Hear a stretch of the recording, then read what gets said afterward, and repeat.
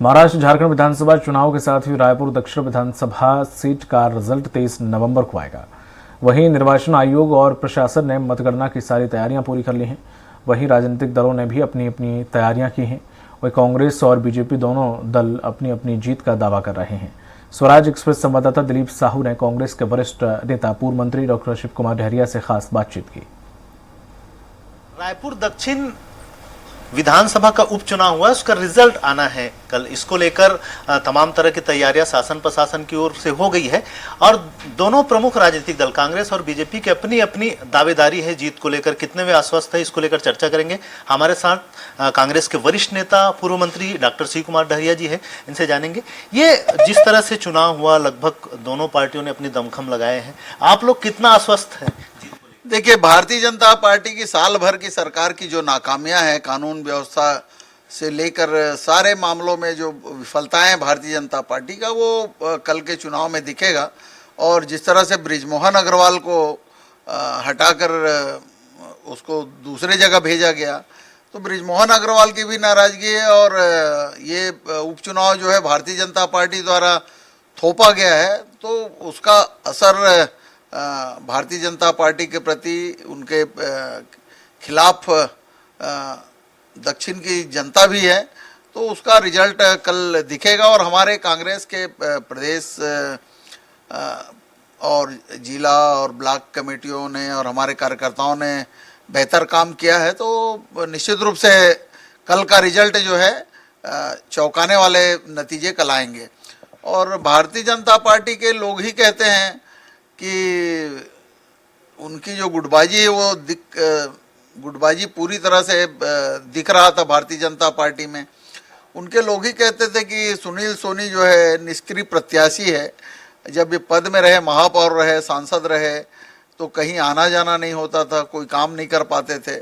तो ये भारतीय जनता पार्टी लोगों का ही कहना था, तो उसका असर आप इसमें कह रहे हैं कि बृजमोहन अग्रवाल जी नाराज है, लेकिन पूरी चुनाव की कमान तो बृजमोहन अग्रवाल ही संभाले हुए थे और बृजमोहन अग्रवाल का गढ़ है। देखिए, बृजमोहन अग्रवाल जी ने मन से काम ही नहीं किया है।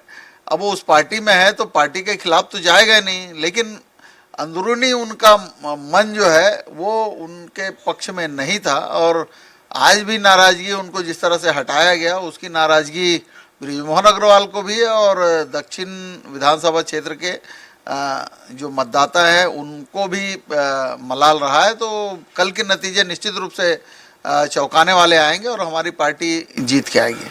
कल दो बड़े राज्यों के भी चुनावी नतीजे आने हैं, महाराष्ट्र और झारखंड का। इसको लेकर कितने आश्वस्त है कि क्या कांग्रेस समर्थित जो महाराष्ट्र विकास अघाड़ी है या फिर जो इंडिया गठबंधन की जो सरकार है वो बन पाएगी, क्या रहे? देखिए, जहाँ तक झारखंड का मामला है, झारखंड में जिस तरह से केंद्रीय एजेंसियों को लगाकर मुख्यमंत्री, आदिवासी मुख्यमंत्री को जेल तक भेजा गया, उसकी नाराजगी सीधे झारखंड के जनता में दिख रही है, आदिवासी लोगों में दिख रही है। वहाँ इस बार कांग्रेस गठबंधन जीत कर आएगी और महाराष्ट्र में भी स्थिति अच्छी है। और महाविकास अघाड़ी जो जिसमें हमारे शरद पवार जी, उद्धव ठाकरे जी और हमारे कांग्रेस पार्टी का जो गठबंधन है, उसका बेहतर परिणाम कल देखने को मिलेगा। और भारतीय जनता पार्टी महायुति की जो गठबंधन की सरकार थी, उसने जिस तरह से महाराष्ट्र को लूटा है 2.5 वर्षों में और जिस तरह से धोखा दिया है जनता को, उसका असर कल दिखेगा। और वहाँ कांग्रेस गठबंधन की महाविकास अघाड़ी की सरकार महाराष्ट्र में बनने वाली है। एग्जिट पोल में जिस तरह से बताया जा रहा है कि महाराष्ट्र में महायुति की सरकार बन रही है और हालांकि झारखंड में कड़ी टक्कर की बात करें।